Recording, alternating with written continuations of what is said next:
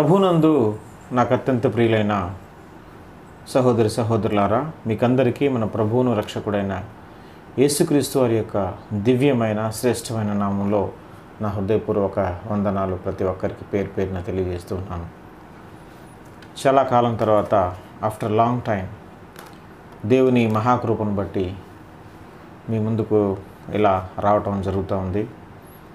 పరిశుద్ధాత్మ దేవుని ప్రేరేపణ చేత కొన్ని విషయాలు పరిశుద్ధ లేఖనాల్లో నుంచి మీ అందరితో కలిసి ధ్యానం చేయాలని మరి ఈ విధంగా రావటం జరిగింది. ప్రియ సహోదరులారు, మీరందరూ బాగున్నారా, సంతోషంగా ఉన్నారని నేను నమ్ముతూ ఉన్నాను.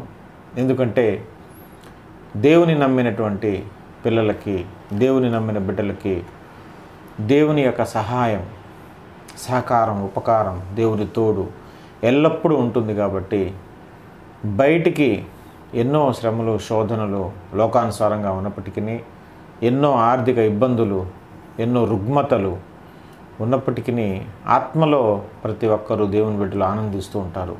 ఆత్మలో నెమ్మది, శాంతి, సమాధానం కావలసినంత విస్తారంగా దేవుడు మనకు అనుగ్రహిస్తూ ఉంటాడు. కాబట్టి అందరు ఆత్మలో ఆనందిస్తూ ఉంటారనేది నా నమ్మకం. ఖచ్చితంగా ఉంటారు కూడా.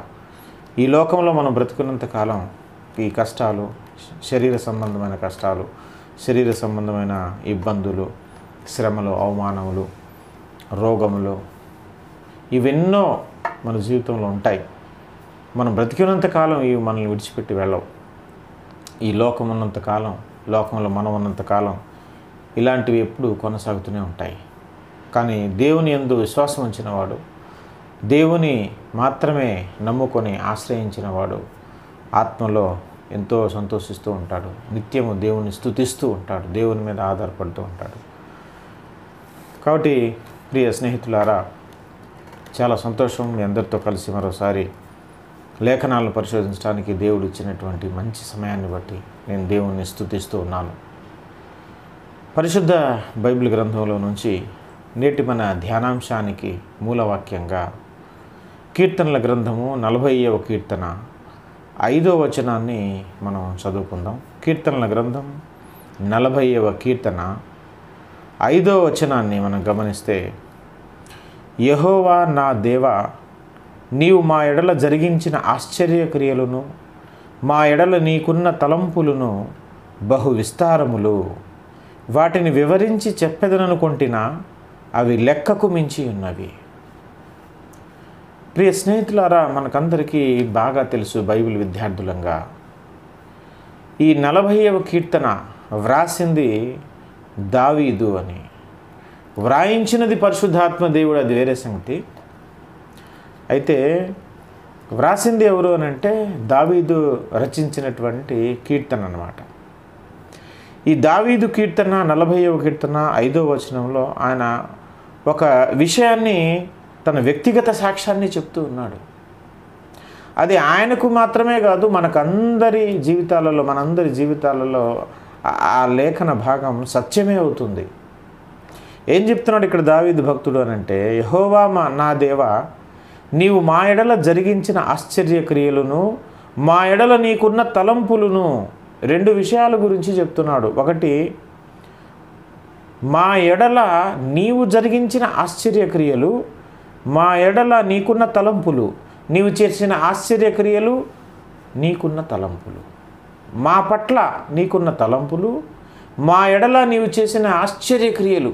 ఈ రెండు ఆయన అనుకున్నాడంట. ఒకరోజు దావీదు గారు, దేవుడు నా పట్ల, నా కుటుంబం పట్ల, నా జీవితం పట్ల చేసిన మేళ్ళన్నీ, ఆశ్చర్యకార్యాలన్నీ, నా ఎడల, నా పట్ల దేవుని యొక్క ఆలోచనలు, నా పట్ల దేవునికి 1-2 ఆలోచనలు కాదు, నా పట్ల అసలు ఎన్ని ఆలోచనలు ఉన్నాయి ఆయనకి.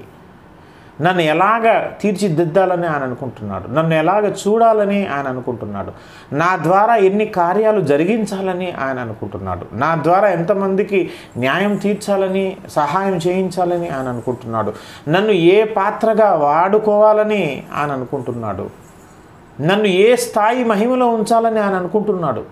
నా పట్ల ఆయనకున్నటువంటి ఆలోచనలు, తలంపులు ఏంటి, అలాగే నా జీవితంలో పుట్టినది మొదలుకొని నేటి వరకు నా జీవితంలో అనుక్షణము ప్రతిదినము నా జీవితంలో ఆయన చేసిన ఆశ్చర్యక్రియలు ఈ రెండు రాద్దామని పెన్ను పేపర్ పట్టుకొని ఒకరోజు కూర్చున్నాడంట. అంటే వ్యవహారిక భాషలో మనకందరికీ అర్థమయ్యే సరళమైన భాషలో నేను చెప్తున్నాను.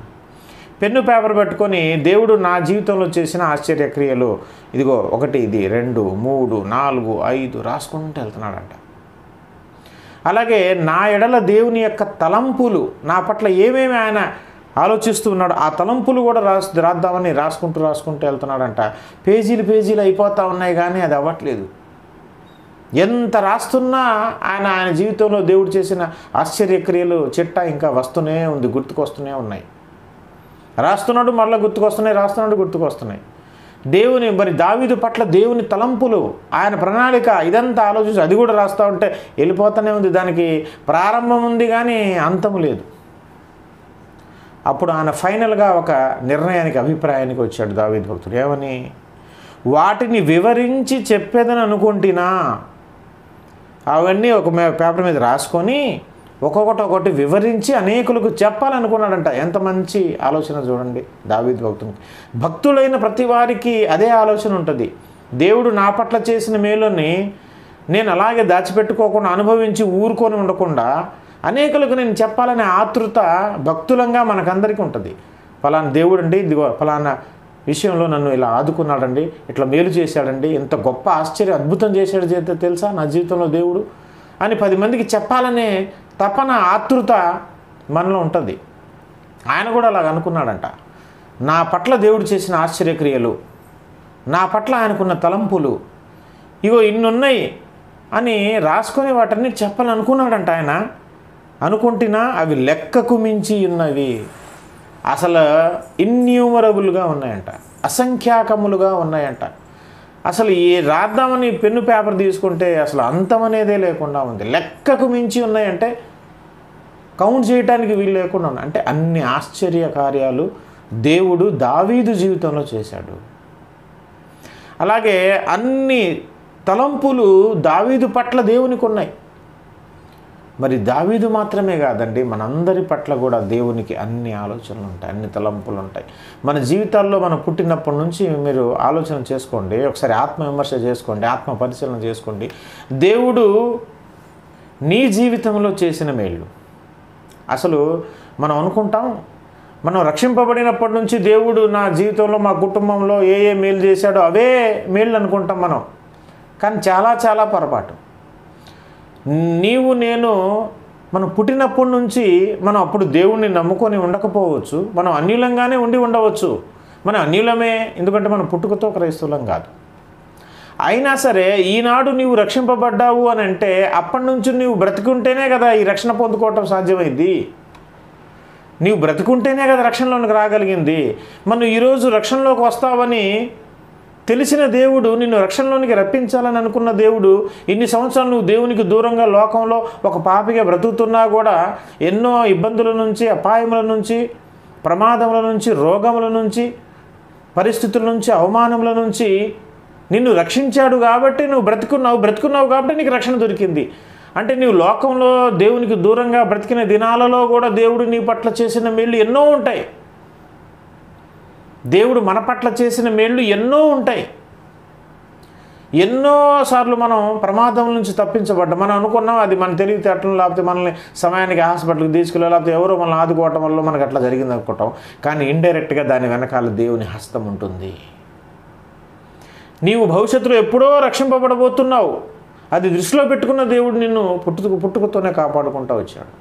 పుట్టినప్పటి నుంచి నీకు ఎన్నో మేలు చేసుకుంటూ వచ్చాడు. అవన్నీ లెక్కలోకి తీసుకోవాలి. ఇలా తీసుకుంటే నీ జీవితంలో, నా జీవితంలో, దావీదు భక్తుని జీవితంలో దేవుడు చేసిన ఆశ్చర్యక్రియలు లెక్కకు మించినవి. మన పట్ల ఆయన తలంపులు అంట, అది కూడా లెక్కకు మించినవి. నీవు నేను దేవుని గురించి రోజంతా ఎన్నిసార్లు ఆలోచిస్తాం చెప్పండి. దేవుని పట్ల మనం యథార్థంగా మాట్లాడుకుందాం, యథార్థంగా ఆలోచిద్దాం. దేవుని పట్ల మనకున్న తలంపులు ఎన్ని? దేవుని చిత్తం పట్ల, ఆయన సువార్త పట్ల, ఆయన పని పట్ల మనకున్న ఆలోచనలు, మన తలంపులు ఎన్ని? వేళ్ల మీద లెక్కెట్టవచ్చు. కానీ నీ పట్ల నా పట్ల దేవునికి ఉన్న ఆలోచనలు, తలంపులు ఎన్ని? అవి లెక్కకు మించి ఏమై ఉంటాయి? అణువున నిన్ను ఎలాగా చెక్కాలో, ఎలా వాడుకోవాలో, ఎలాగ నిన్ను మహిమపరచాలో, రేపు నీలో ఉన్న ప్రతి దుర్గుణములను, చెడ్డ లక్షణాలన్నింటినీ, చెడ్డ అలవాట్లన్నింటినీ, దేవునికి నచ్చని వాటిని, నాలో ఉన్నటువంటి ప్రతి డాగును, మచ్చను, ముడతను, ప్రతి అపవిత్రతను తొలగించి తీసేయాలి. ఇదిగో ఈ విషయంలో నా కుమార్తె, నా కుమారుడు బలహీనంగా ఉన్నాడు, దీన్ని నేను తొలగించి వేయాలి నా కుమారులో నుంచి. అన్ని విధాల, అన్ని విషయాలలో, సమస్త విషయాలలో పరిశుద్ధపరచబడి అత్యున్నతమైనటువంటి మెట్టు మీదకి మనల్ని ఎక్కించాలి. ఎన్ని ఆలోచనలు, ఎన్ని తలంపులు, మనల్ని ఎలాగ రక్షించుకోవాలి, ఎలాగ మనలో ఉన్న ఆ చెడు లక్షణాలను మన చేత మాన్పించాలి, ఎలా మనకు మేలు చేయాలి, అణువణువున మన పట్ల దేవునికి ఉన్న తలంపులు లెక్కకు మించినవిగా ఉన్నాయి. పరిశుద్ధ బైబిల్ గ్రంథం మనకు చెప్తా ఉంది. ఇది ఎంత వాస్తవమో, నాణానికి రెండు పక్కలు ఉన్నట్టు ఇంకొక విషయం కూడా దావీదు భక్తుడు చెప్తూ ఉన్నాడు. ఇదే కీర్తన 40వ కీర్తన 12వ వచనాల్లో చూస్తే ఒక విచిత్రమైన సాక్ష్యం మనకు కనిపిస్తూ ఉంది. 40వ కీర్తన, ఇదే 40వ కీర్తన 12వ వచనాన్ని మనం చూస్తే, లెక్కలేని అపాయములు నన్ను చుట్టుకొని ఉన్నవి, నా దోషములు నన్ను తరిమి పట్టుకొనగా నేను తల ఎత్తి చూడలేకపోతిని, లెక్కకు అవి నా తల వెంట్రుకలను మించి ఉన్నవి. లెక్కకు నా తల వెంట్రుకలను మించి ఉన్నవి అంటే ఇన్యూమరబుల్ విషయాలు ఇక్కడ ఇంకొకటి కనబడతా ఉంటున్నాయి. ఏంటంటే నా దోషములు అంటున్నాడు ఆయన. నా దోషములు నన్ను తరిమి పట్టుకొనగా లెక్కకు అవి నా తల వెంట్రుకలను మించి ఉన్నవి. అంటే దావీదు విషయంలో దావీదు చేసిన దోషములట లెక్కకు నా తల వెంట్రుకలను మించి ఉన్నాయి. అంటే అవి కూడా లెక్కకు మించినవి, ఇన్యూమరబుల్, కౌంట్ చేయడానికి వీలు లేనన్ని దోషములు కూడా నాలో ఉన్నాయంటున్నాడు దావీదు భక్తుడు. ఏమంటే విషయాన్ని యథార్థంగా ఒప్పుకుంటున్నాడు ఆయన. దావీదులో ఉన్న దోషములట 1, 2, 3, 4, 5 కాదు, లెక్కకు అవి నా తల వెంట్రుకలను మించి ఉన్నాయి. తల వెంట్రుకలను మించి ఉన్నాయట. మరొక చోట మనం చూస్తే పరిశుద్ధ బైబిల్ గ్రంథంలో 51వ కీర్తన చూడండి. 51వ కీర్తన 2వ వచనం నుంచి, మొదటి వచనం నుంచి చూస్తే, మొదటి వచనం చివరి భాగం నుంచి 51వ కీర్తన చూస్తే, నా అతిక్రమమును తుడిచివేయమంటున్నాడు, నా దోషము పోవునట్లు అంటున్నాడు. దాని కింద నా పాపము పోవునట్లు, దాని కింద నా అతిక్రమములు నాకు తెలిసి ఉన్నాయి, దాని కింద నా పాపం ఎల్లప్పుడు. ఇక్కడ ఏమేం చెప్తున్నాడండి? నా అతిక్రమములు, నా దోషములు, నా పాపములు. అతిక్రమములు, దోషములు, పాపములు నాలో ఉన్నాయి. 4వ వచనం, 5వ వచనం మొదటి మాట చూసి 5వ వచనంలో మనం గమనిస్తే, నేను పాపములో పుట్టినవాడను, పాపములోనే నా తల్లి నన్ను గర్భమును ధరించెను. ఇక్కడ దావీదు భక్తుడు చేస్తున్నటువంటి ప్రార్థనలో మనం గమనిస్తే, ఆ ప్రార్థనలో ఆయన లేవనెత్తుతున్నటువంటి అంశాలు, విషయాలు మనం గమనిస్తే, నా దోషములు, నా పాపములు, నా అతిక్రమములు, నేను పాపంలోనే పుట్టాను, పాపంలోనే నా తల్లి నన్ను గర్భాన్ని ధరించింది. పాపపు తలంపులు, పాపపు ఆలోచనలు మన లోపల, ఎందుకంటే తల్లి గర్భం నుంచే జన్మతః మనం పాపులం కాబట్టి, జన్మతః పాప స్వభావము మనలో వేళ్ళూనుకొని ఉంది కాబట్టి, పాపపు ఆలోచనలు, తలంపులు మనలో ఎల్లప్పుడూ ఈ శరీరం ఉన్నంత కాలం వస్తూనే ఉంటాయి. భక్తి పరులు వాటిని కంట్రోల్ చేయగలుగుతాం, వాటిని చంపేసుకుంటాం అంటే పూర్తిగా చంపేసుకోవటం ఎవరి వల్ల కాదు, అది ఎప్పటికీ జరగని పని. ఎవరైనా అలాగ అన్నారు అని అంటే అది పచ్చి అబద్ధం అని అర్థం. మీ శరీరం ఉన్నంతకాలం, ఈ పాప శరీరం ఉన్నంతకాలం ఆ పాపపు లక్షణములు మనలో ఎల్లప్పుడూ ఉంటూనే ఉంటాయి. అవి మనల్ని ప్రేరేపిస్తూనే ఉంటాయి, మన చేత పాపం చేయించటానికి ప్రయత్నిస్తూనే ఉంటాయి. కాకపోతే భక్తిపరుడు, యేసయ్యను కలిగిన వాడు, యేసయ్య నీతిని ధరించుకున్న పరిశుద్ధులు ఏం చేస్తారంటే వాటిని తొక్కి పట్టేసుకొని వాటిని కంట్రోల్లో ఉంచి వాటిని ఎప్పటికప్పుడు వాటిని నలగొట్టుతూ ఆత్మలో బలపడుతూ శరీరాన్ని నలగొట్టుకుంటూ శరీర ఆలోచనలను, క్రియలను, ఆశలను మరి వాటిని కంట్రోల్ చేసుకుంటూ వాటిని నలగొట్టుకుంటూ ఆత్మలో బలపడుతూ ఉంటారు. ఇక్కడ దావీదు భక్తుడు చెప్తున్నాడు, నా అతిక్రమములు, నా పాపములు, నా దోషములు అంటున్నాడు. మనందరి జీవితాల్లో ఎన్నో దోషములు, పాపములు, అతిక్రమములు ఉంటాయి. ఇవన్నీ బయట వారికి తెలియవు, బయట వారికి కనబడవు. బయట వాళ్ళు చూసేది ఏంటి అని అంటే మన లోపల ఉన్నటువంటి ఏదైనా పాపపు ఆలోచన బయట కార్యరూపం దాల్చినప్పుడు దాన్ని మనుషులు చూస్తారు, దాన్నే పాపంగా ఎంచుతారు. ఫలానా వ్యక్తి ఫలానా పాపం చేశాడండి, ఫలానా హత్య చేశాడని అంటారు. ఎప్పుడు ఎలా చెప్పగలుగుతారు? మనం బయట అది ప్రత్యక్షంగా మరి ఫిజికల్గా మనం ఒక వ్యక్తిని హత్య చేసినప్పుడు మనం హత్య చేసామనే విషయం మనుషులకు తెలుస్తుంది. కానీ మనస్సులో ఒక వ్యక్తిని నువ్వు ఎన్నిసార్లు హత్య చేసినా అది నీకు, నాకు, మన అంతరంగంలో మనకు మాత్రమే తెలుసు తప్ప బయట వ్యక్తులకు తెలియదు. ఒక వ్యక్తి పాపం చేసినప్పుడు, వ్యభిచారం చేసినప్పుడు భౌతికంగా బయట వ్యభిచారం చేస్తేనే ఆ వ్యక్తిని చూసేటప్పుడు వ్యభిచారం ఫలానా వ్యక్తితో చేశారని చెప్తారు. అంతేగాని మనసులో నువ్వు ఎన్నిసార్లు పాపపు తలంపులతో వ్యభిచారం చేసినా దాన్ని ఎవడు పట్టుకోలేరు, ఎవడికి అర్థం కాదు. నేను చాలా మంచి వ్యక్తి అని అంటారు, నువ్వు చాలా మంచి వ్యక్తి అంటారు. కానీ మన మనసులో, మన హృదయంలో ఎటువంటి పాపపు తలంపులు ఉన్నాయో, పాపపు ఆలోచనలు ఉన్నాయో, ఎంత మోసపూరితంగా మనం ఆలోచిస్తున్నామో, ఎంత అన్యాయంగా మనం ఆలోచిస్తూ ఉన్నామో, ఎంత అసూయ, ఎంత ద్వేషం, ఎంత పగ ఉందో అది బయట ఎవరికీ అర్థం కాదు, తెలియదు కూడా. మనం మంచివాళ్ళమే అనుకుంటారు ఎదుటివారు. వాటిని బయటికి ఎక్స్ప్రెస్ చేసినప్పుడు, అవి కార్యరూపం దాల్చినప్పుడు మాత్రమే ఆ విషయంలో మనం పాపం చేశామని మనుషులు మన గురించి మాట్లాడుకుంటారు. ప్రభువునందు ప్రియమైన సహోదరి సహోదరులారా, మనలో ఉన్న దోషాలు, మనలో ఉన్న పాపములు, మనలో ఉన్న పాపపు ఆలోచనలు, మనలో ఉన్న అతిక్రమములు, ఆజ్ఞను అతిక్రమించటం, దేవుని ఆజ్ఞను ధిక్కరించటం, తిరుగుబాటు చేయటం, నిర్లక్ష్యం చేయటం, ఏ విషయాల్లో తప్పిపోతున్నామో అది మనకు మాత్రమే వ్యక్తిగతంగా తెలుసు. అవన్నీ పాపములుగా భావించి వాటిని ఎల్లప్పుడూ ప్రార్థనలో పశ్చాత్తాపపడుతూ దేవుణ్ణి అడుగుతాడు ప్రతి భక్తిపరుడు, ప్రతి నీతిమంతుడు, ప్రతి పరిశుద్ధుడు చేసే పని ఏంటో తెలుసా? ప్రతి దినం మనం చేసే వ్యక్తిగత ప్రార్థనలో ఆ దోషములు, పాపముల గురించి మనం పశ్చాత్తాపడుతూ ఉంటాం. ప్రభు సన్నిధిలో వాటిని ఒప్పుకుంటుని పెడుతూ ఉండాలి. అవి వ్యక్తిగతంగా మనకే తెలుసు, బయట వ్యక్తులకు తెలియవయి. ఇక్కడ దావీదు భక్తుడు అంటున్నాడు, నా దోషములు లెక్కకు మించి ఉన్నవి, నా దోషములు లెక్కకు మించి ఉన్నవని యాక్చువల్గా ఆయన ప్రార్థన చేస్తున్నాడు. అవన్నీ దేవుడు క్షమించేశాడు అనుకోండి, అది వేరే సంగతి. ఎందుకంటే దేవుడు పాపములను క్షమించే దేవుడు. పాపములను, అతిక్రమములను ప్రార్థించి విడిచిపెడితే క్షమించే దేవుడు, క్షమాగుణం కలిగిన దేవుడు. దేవుని అంత ప్రేమామయుడు ఈ విషయంలో ఎవరూ లేరు.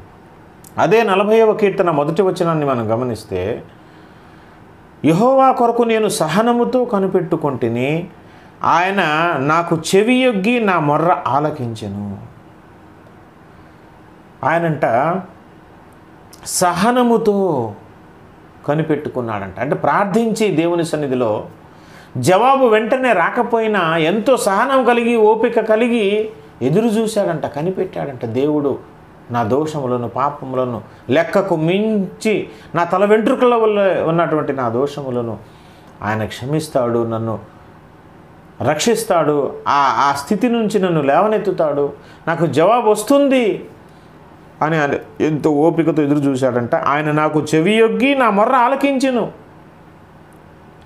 నాశనకరమైన గుంటలో నుండి, జిగటగల దొంగ ఊబిలో నుండి ఆయన నన్ను పైకెత్తెను. నాశనకరమైన గుంటలో అటువంటి పరిస్థితిలో ఆయన ఉన్నాడట. జిగట గల దొంగ ఊబిలో నుండి, అంటే నాశనకరమైన గుంట, జిగట గల దొంగ ఊబిలో నుంచి నన్ను పైకెత్తాడు అని అంటే ఒకప్పుడు అందులో ఉన్నాడని కదా అర్థం. ఆ స్థితి నుంచి బయటికి లేవనెత్తటానికి, పైకి ఎత్తటానికి ఓపిక కలిగి, సహనము కలిగి కనిపెట్టుకొని ఉన్నాడట. వెంటనే జరగలేదు అది. మనం కూడా అనుక్షణము, అనుదినము దేవుని సన్నిధిలో మోకరించి మనలో ఉన్నటువంటి, మనకు మాత్రమే తెలిసినటువంటి ప్రతి విధమైనటువంటి, అది ఆలోచనలో కావచ్చు, తలంపులలో కావచ్చు, ఊహల్లో కావచ్చు, చర్యల్లో కావచ్చు, మనం చేసే ప్రతి విధమైనటువంటి దోషములను, పాపములను, అపవిత్రతను, అతిక్రమములను అనుక్షణం దేవుని సన్నిధిలో మోకరించి పశ్చాత్తాపపడి ఒక్కొక్కటి లేవనెత్తి దేవుని సన్నిధిలో మనం క్షమాపణ కోసం, దేవుని జవాబు కోసం మనం ఎదురు చూస్తూ ఉండాలి. ఆయన ఆలకించాడట. నాశనకరమైన గుంట నుండి, జిగటగల దొంగ ఊబి నుంచి పైకెత్తాడట. నా పాదములు బండ మీద నిలిపి, క్రీస్తనే స్థిరమైన బండ మీద నిలిపి, ఇంకెన్నడు తొట్టిల్లి ఆ గుంటలో, ఆ ఊబిలో పడిపోకుండా నా పాదాలను స్థిరపరిచి, నా పాదములు బండ మీద నిలిపి నా అడుగులు స్థిరపరిచాడు. నీ అడుగులు, నా అడుగులు తప్పటడుగులు పడకుండా, వంకర మార్గంలో కుడి ఎడమలకు తిరగకుండా స్థిరమైనటువంటి అడుగులు మనం వేయాలంటే, మన అడుగులు స్థిరపరచబడాలంటే క్రీస్తు బండ మీద నిలబడాలి. అలా నిల్చోబెట్టేవాడు ఎవరో తెలుసా? దేవుడే. గుంటలో నుండి, లోతైనటువంటి భయంకరమైనటువంటి చీకటి సమస్యల నుండి, ఇబ్బందుల నుండి, మానలేని పాపముల నుండి మనల్ని పైకెత్తేవాడు దేవుడే. మన అడుగులు స్థిరపరిచేవాడు దేవుడే. మన పాదములు తొట్టిల్లకుండా కాపాడేవాడు దేవుడే. అందుకే మనం దానికోసం మొర్ర పెట్టాలి అంటున్నాడు ఆయన. దావీదు చేసిన దోషములంట లెక్కకు మించి ఉన్నాయి, ఎంట్రికల కంటే ఎక్కువగా ఉన్నాయి అని భక్తులు అంటున్నాడు. ఎందుకంటే ఆయన వ్యక్తిగత ఆలోచన ధోరణి ఆయనకు మాత్రమే తెలుసు. కానీ ఆయన గురించి మరొక సాక్ష్యం ఒక ప్రవక్త ద్వారా పరిశుద్ధాత్మ దేవుడు వ్రాయించాడు. ఆ మాట కూడా మనం ఒకసారి చదువుదాం. మొదటి రాజుల గ్రంథము 15వ అధ్యాయము, మొదటి రాజుల గ్రంథం 15వ అధ్యాయము 4వ వచనాన్ని మనం గమనిస్తే, దావీదు భక్తుని కోసం ఒక ప్రవక్త, అంటే ఈ రాజుల గ్రంథాన్ని రాసిన ప్రవక్త ద్వారా పరిశుద్ధాత్మ దేవుడు చెప్పిస్తున్నటువంటి మాట ఏంటంటే, 4వ వచనం, మొదటి రాజుల గ్రంథం 15:4, దావీదు హిత్తీయుడైన ఊరియా సంగతి యందు తప్ప తన జీవిత దినములన్నీ యెహోవా దృష్టికి యథార్థముగా నడుచుకొనుచు, యెహోవా అతనికిచ్చిన ఆజ్ఞలలో దేని విషయమందును తప్పిపోకుండెను. ఈ మాట గమనించండి ఒకసారి దయచేసి. ఆ ప్రవక్త, ఈ మొదటి రాజుల గ్రంథాన్ని రాసిన ప్రవక్త చెప్తున్నటువంటి సాక్ష్యం దావీదు గురించి ఏంటి అని అంటే, పరిశుద్ధాత్మ దేవుని సహాయం చేత చెప్తున్న సాక్ష్యం ఏంటంటే, దావీదట హిత్తీయుడైన ఊరియా సంగతి తప్ప తన జీవిత దినములన్నీ యెహోవా దృష్టికి యథార్థంగా నడుచుకొనుచు, యెహోవా అతనికి ఇచ్చిన ఆజ్ఞలో ఏ విషయంలో తప్పుకోలేదంట.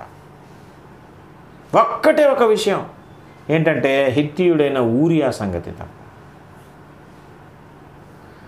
ఒక్కటే విషయం తప్ప ఎక్కడ తప్పిపోలేదని ఇక్కడ సాక్ష్యం ప్రవక్త చెప్తా ఉన్నాడు. అక్కడ దావీదు గారు, ఇది ఎప్పుడు చెప్తున్నారు? దావీదు గారు చనిపోయిన తర్వాత చెప్పబడుతున్న సంగతి ఇది. కానీ దావీదు గారు బ్రతుకుండగా తన గురించి తానేం చెప్పాడు? నా దోషములు ఎలాగున్నాయంటే అవి లెక్కకు నా తల వెంట్రుకలకు మించున్నాయని ఆయన సాక్ష్యం చెప్పాడు.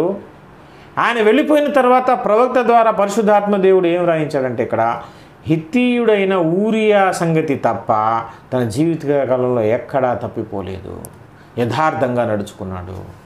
అంటే ఇది ఎందుకని అంటే, ఇది వ్యక్తులందరూ చూశారు. దావీదు చేసిన ప్రత్యక్షమైనటువంటి పాపం ఇది అందరికీ తెలిసింది. ఇది ప్రత్యక్షపరచబడిన పాపం. ఇది అందరూ చూశారు. దావీదు ఈ విషయంలో ఘోరమైన ఒక అమాయకుణ్ణి, ఒక నీతిమంతుణ్ణి, ఎంతో మరి నమ్మకమైనటువంటి సేవకుణ్ణి, యుద్ధంలో ఎంతో నమ్మకమైన సేవకుడు ఊరియా. ఎంత నమ్మకమైన వాడంటే, అక్కడ యుద్ధం ఉధృతంగా జరుగుతూ ఉంది. ఆ ఊరియాని ఇంటికి పిలిపిస్తాడు దావీదు. వెళ్ళి నీ భార్య దగ్గర వెళ్ళి పడుకో, నువ్వు హ్యాపీగా ఉండు అని చెప్తే, అక్కడ యుద్ధం మన ప్రజలు అక్కడ యుద్ధం భయంకరంగా చేస్తూ ఉంటే, నేను వెళ్ళి నా భార్యతో సంతోషించటం ఏం బాగుంటుంది, అది పద్ధతి కాదు, నేను వెళ్తాను యుద్ధానికి అని చెప్తున్నాడు. ఎంత నమ్మకమైన వ్యక్తి చూడండి. అంత అమాయకుణ్ణి మరి యుద్ధం ఉధృతంగా జరిగే స్థానంలో అతన్ని ఉండేటట్టుగా చేసి ఒక ప్లాన్ ప్రకారం చంపించేశాడు. మనం ఒక తప్పు చేస్తే దాన్ని కప్పిపుచ్చుకోవడానికి ఎన్నో తప్పులు చేయాల్సి ఉంటుంది అంటానికి ఈ సంగతి మంచి తార్కాణం. దావీదు తప్పు చేశాడు, స్త్రీతో గర్భవతి అయింది, దాన్ని కప్పిపుచ్చుకోవటం కోసం ఎన్ని ప్లాన్లు వేయవలసి వచ్చిందో. అక్కడ ఉన్న వ్యక్తిని ఇంటికి పిలిపించవలసి వచ్చింది.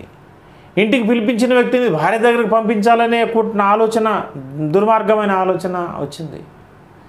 ఇంకా ఇంటలేదు కాబట్టి చివరికి మామూలుగా ఉంటే చచ్చిపోడేమో, ఒకవేళ బ్రతికిపోతాడేమో అని యుద్ధం ఉధృతంగా జరిగే ప్లేస్ ఏదైతే ఉందో అక్కడ సెట్ చేయించాడు. ఇన్ని కుట్రలు చేయాల్సి వచ్చింది, ఇన్ని తప్పులు చేయాల్సి వచ్చింది ఆ తప్పును కప్పిపుచ్చుకోవటం కోసం. ఘోరంగా అవమానంగా ఒక నీతిమంతుణ్ణి, ఒక మాయకుణ్ణి, ఒక నమ్మకమైన సేవకుణ్ణి, సైనికుణ్ణి చంపించేశాడు. ఇది అందరికీ తెలిసిపోయిన విషయం. నాతాను ప్రవక్త కూడా వచ్చి గద్దించాడు కదా. అందుకే అతను చంపించడం కోసం చంపించినట్టు ఒకటే కనబడుతుంది, కానీ దానికోసం ఆయన ఎన్ని ఆలోచనలు దుర్మార్గంగా ఆలోచించవలసి వచ్చిందో అవన్నీ లోపల అతనికే తెలుసు. ప్రత్యక్షపరచబడిన పాపం ఇదొకటే కాబట్టి దీని గురించే ఇక్కడ ఆ ప్రవక్త చెప్తా ఉన్నాడు.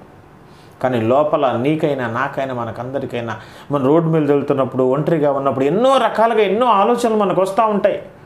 దేవుని వాక్యమునకు విరుద్ధంగా, దేవుడు వద్దు అని చెప్పిన దానికి విరుద్ధంగా ఎన్నో వస్తుంటాయి. అవన్నీ పాపముల కిందే. మనం ఆ వ్యక్తిగతమైనటువంటి ప్రతి పాపం అది మనకే తెలుసు, బయట వాళ్ళకి తెలియదు.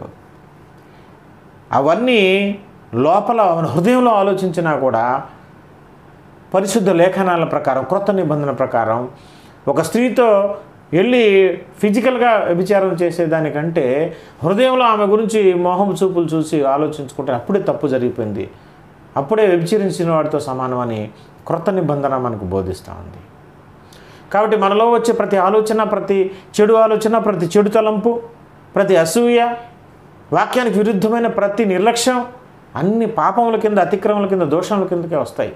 వాటిని ఎల్లప్పుడూ అవి మనకు మాత్రమే తెలుస్తుంది, బయట వాళ్ళకి అవి తెలియవు.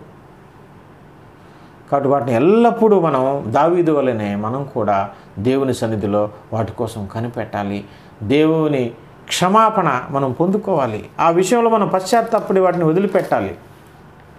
ఎందుకంటే దేవుడు నువ్వు ఎంత పాపివైనా సరే ఆ హృదయంలో ఉన్న వాటన్నిటిని దేవుడు క్షమించేశాడు దావీదుకి. అందుకే ఆ విషయాలు ఏమి ఎత్తలేదు. ఈ ఊరియా భార్య విషయంలో, ఆ విషయాన్ని, బత్షెబా విషయంలో ఆ విషయాన్ని మాత్రం ఇక్కడ ఉటంకించాడు. ఆ విషయంలో అని దాన్ని కూడా ఆయన తర్వాత ఒప్పుకున్నాడు, క్షమాపణ పొందాడు, దేవుడు క్షమించాడు అనుకోండి, అది వేరే సంగతి. కానీ బయట బహిర్గతమైనటువంటి పాపం కాబట్టి ఆ ఒక్క విషయాన్ని మాత్రం అక్కడ ఉటంకించాడు. మిగతా విషయాలన్నింటిలో ఆయన క్షమించబడ్డాడు. ఎందుకంటే దేవుడు ప్రేమామయుడు. బైబిల్ గ్రంథం చెప్తున్న మాట ఏంటంటే దేవుడు ప్రేమయ్యి ఉన్నాడని 1 యోహాను పత్రిక 4వ అధ్యాయం 8వ వచనంలో క్లియర్గా ఉంది. దేవుడు ప్రేమ స్వరూపి. కింద మూల భాషలో దేవుడు ప్రేమయ్యి ఉన్నాడు. ప్రేమమయుడైన, ప్రేమయ్యి ఉన్న దేవుడు ఆయన.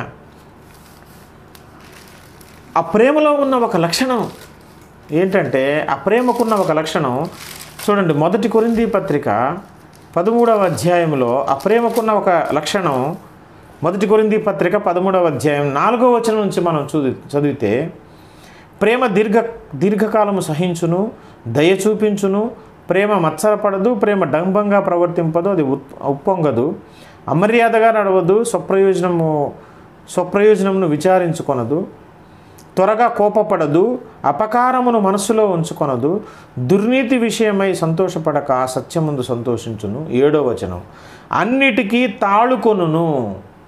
ఫుట్నోట్లో కింద అన్నిటినీ కప్పును. ప్రేమ అన్నిటినీ కప్పుతుంది. దేవుడు ప్రేమను కప్పేస్తాడు. అది మనలో ఉన్న దోషములను, దేవుడు ప్రేమయ్యి ఉన్నాడు కాబట్టి ప్రేమ కలిగిన దేవుడు మన దోషాలని ఆయన కప్పేస్తాడు,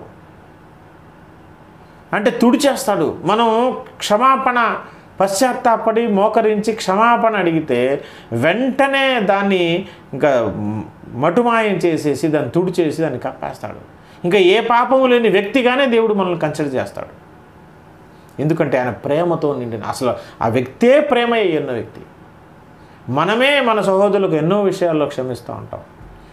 మరి దేవుడు అనంతమైన ప్రేమ కలిగినాడు. అసలు ఆయనే ప్రేమ. ప్రేమ అంటే ఆయన ప్రేమ పుట్టిందే ఆయనలో నుంచి. కాబట్టి మనం పశ్చాత్తాపడి ఆయన వైపు తిరిగి మనం ప్రార్థిస్తే వెంటనే ఆయనలో ఉన్న ప్రేమ మన పాపాన్ని కప్పేస్తుంది. ప్రేమకున్నటువంటి గొప్ప లక్షణం అన్నమాట అది. యాకోబు భక్తుడు కూడా చెప్తున్నాడు. యాకోబు పత్రిక 3వ అధ్యాయము 2వ వచనంలో, అనేక విషయములలో మనమందరము తప్పిపోవుచున్నాము, ఎవడైనా మాట ఎందు తప్పని ఎలాంటి వాడు లోపం లేని వాడై ఉంటాడు. మనమందరం అనేక విషయాల్లో తప్పిపోతున్నామని తన్ను కూడా కలుపుకొని చెప్తున్నాడు యాకోబు భక్తుడైతే. అపోస్తలుడైన యాకోబు చెప్తున్నమాట ఏమంటున్నాడు? మనం అనేక విషయాల్లో తప్పిపోతున్నాం, అనేక విషయాల్లో తప్పిపోతున్నాం.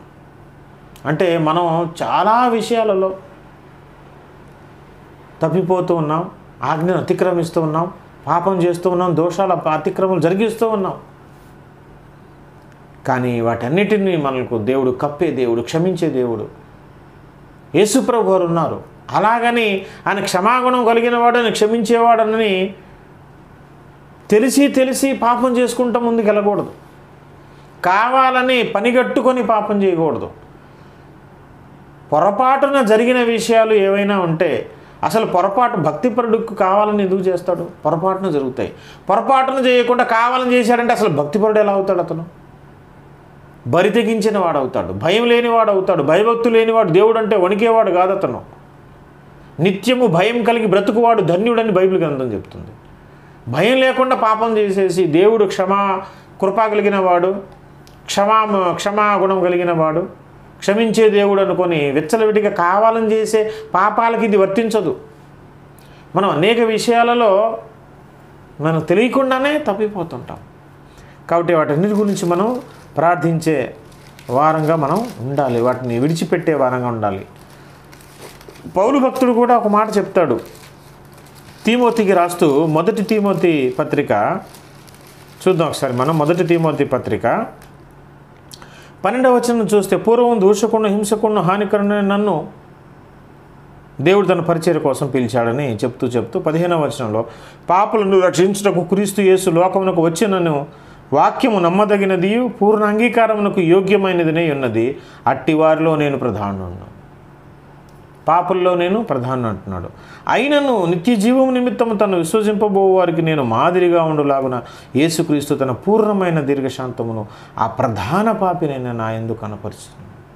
ప్రధాన పాపిని అంటున్నాడు ఆయన.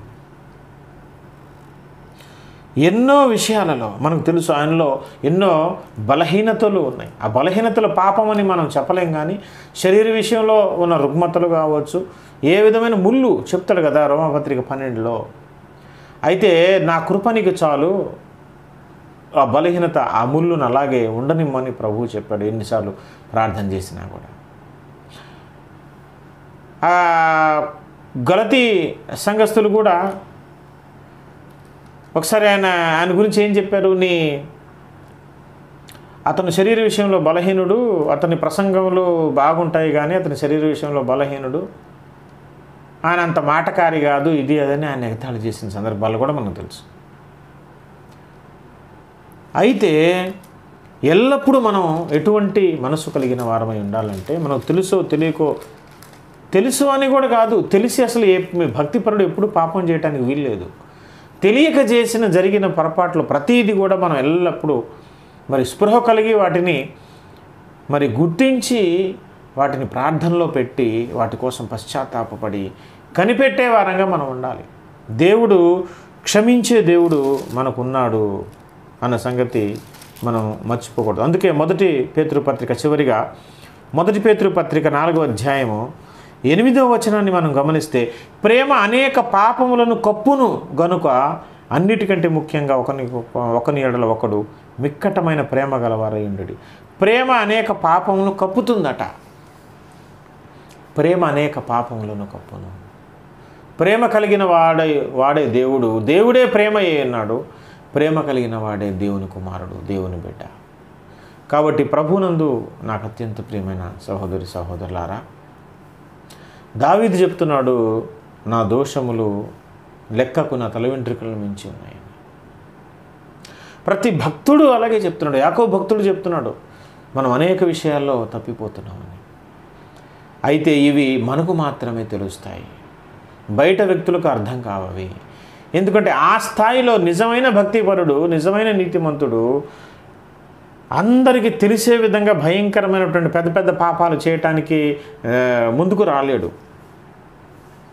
ఎందుకంటే సిగ్గుపరచబడతానని, నేను పాపినని, విచారినని, లేకపోతే మోసగాడనని, దొంగనని, నా హంతకుండని అందరికీ తెలిసిపోతుందనే భయం లోపల ఉంటుంది. అయినా భయం లేని వ్యక్తి అసలు భక్తుడే కాదు. భక్తిపరుడు ఎవడు అంత బరి తెగించి పాపం చేయడానికి ముందుకు రాడు. కానీ మనం ఇతరులను ప్రేమించే విషయంలో కూడా చాలాసార్లు స్వార్థపూరితంగా ఉంటాం. మనకు అంతా మరి కలిసి ఉన్నప్పుడు, అంత ఏ కొదువ లేకుండా సమృద్ధిగా ఉన్నప్పుడు, ఎదుటి మన సహోదరుడు ఇబ్బందులు పాలవుతున్నప్పుడు, ఇబ్బందులు పడుతున్నప్పుడు వారిని మనం సహకరించకపోవటం, సహాయం చేయకపోవటం, అది నిజమైన ప్రేమ అనిపించుకోదు. ఈ విషయంలో కూడా మనం తప్పిపోతూ ఉంటాం. ఇలా మనం చెప్పాలంటే ఉదాహరణకు ఒకటి చెప్పాను, కానీ ఇలా చాలా ఉంటాయి. నిన్ను వలే నీ పొరుగు వారిని ప్రేమించమన్నాడు దేవుడు.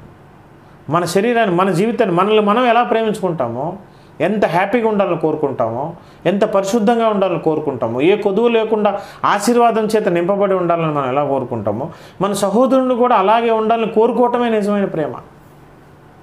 అసూయ, ద్వేషము, ఎదుటి వ్యక్తులు వాడబడుతున్నప్పుడు, బాగా పరిచర్యలో వాడబడుతున్నప్పుడు, మంచి వరాలతో నింపబడుతున్నప్పుడు, వారి సంఘం విస్తరిస్తున్నప్పుడు, వారు అనేక వ్యక్తుల చేత ప్రశంసింపబడుతున్నప్పుడు, ఘనపరచబడుతున్నప్పుడు అది చూసి మనం వరవలేకపోవటం, అసూయ పడటం కూడా పాపం కిందకే వస్తుంది. ఇలా అనేక విషయాల్లో మనం తప్పిపోతూ ఉంటాం. ఇవన్నీ మనలో లెక్కకు మించిన దోషముల కిందకు వస్తాయి. వాటిని మనం ఏం చేయాలి? ప్రభు సన్నిధిలో మోకరించి పశ్చాత్తాపంతో వాటిని ఒప్పుకొని ఇంకొకసారి వాటి జోలికి మనం వెళ్లకుండా, వెనుకున్నవి మరచి ముందున్న వాటి కోసం ప్రయాసపడమన్నాడు పౌలు భక్తుడు. వెనుకున్నవి మనం ఈ క్షణం వరకు ఏదైతే చేశామో, ఏదైతే అతిక్రమం దోషం మనలో ఉన్నదో అది మోకరించి ప్రార్థించి విడిచిపెట్టేసే, వాటి గురించి ఇంకా ఆలోచించవద్దు. ముందు పని ఉన్నది, దేవుని రాజ్య విస్తరణ జరుగుతూ ఉన్నది, యేసయ్య రాబోతున్నాడు, మహిమ మేఘం రాబోతుంది, మనం కలలుగొనే ఆ స్వప్నలోకం, ఆ పరలోకం, అద్భుతమైన లోకం ఎదురు చూస్తూ ఉంది. అక్కడ బహుమానం, ఖాళీ చేతులతో నిలబడకుండా బహుమానం పొందుకోవాలంటే దేవుని వ్యవసాయంలో, దేవుని పొలంలో నీవు ఏం పని చేయగలుగుతావు, ఎలాగ నువ్వు దేవునికి ఉపయోగపడతావు, అది ఆలోచించాలి. ముందున్న వాటి గురించి ఆలోచించాలి. పరుగు పందెంలో గురి ఎద్దుకు పరిగెడుతున్నావా, గురి లేని పరుగు అనేది, ఏ డైరెక్షన్లో నువ్వు పరుగెడుతున్నావు, ఇవన్నీ చూసుకోవాలి. కాబట్టి అటువంటి మనస్సు కలిగి, దావీదు వంటి మనస్సు కలిగి, ఆ స్థితి నుంచి, ఏ స్థితి అయితే ఉందో, ఇప్పుడు విలాపవాక్యంలో, ఆ విలాపవాక్యంలో రాసిన ఇర్మియా భక్తుడు కూడా ఆ చివరి అధ్యాయంలో చెప్పిన మాట, మా పూర్వస్థితి మాకు కలుగు చేయమని. పూర్వము మనం ఎంత భక్తిపరులు ఉన్నామో, ప్రస్తుతం మనం ఏ స్థితిలో దిగజారిపోయి ఉన్నామో, ఏ జిగట దొంగ ఊబిలో కూరుకుపోయి ఉన్నామో, ఏ నాశనకరమైన గుంటలో పడి ఉన్నామో, ఆ స్థితి నుంచి బయటకు వచ్చి పూర్వస్థితి మాకు కలుగు చేయమని అలా కోరగలిగే గొప్ప ప్రార్థన పరులంగా నీవు నేను మనమందరం ఎదగాలి. దేవుడు అట్టి కృప నీకు, నాకు, మనకందరికీ అనుగ్రహించి ముందుకు నడిపించునుగాక. ఆమెన్. దేవుడు ఈ మాటలు మన వినికిడిలో దీవించి ఆశీర్వదించునుగాక. ఆమెన్.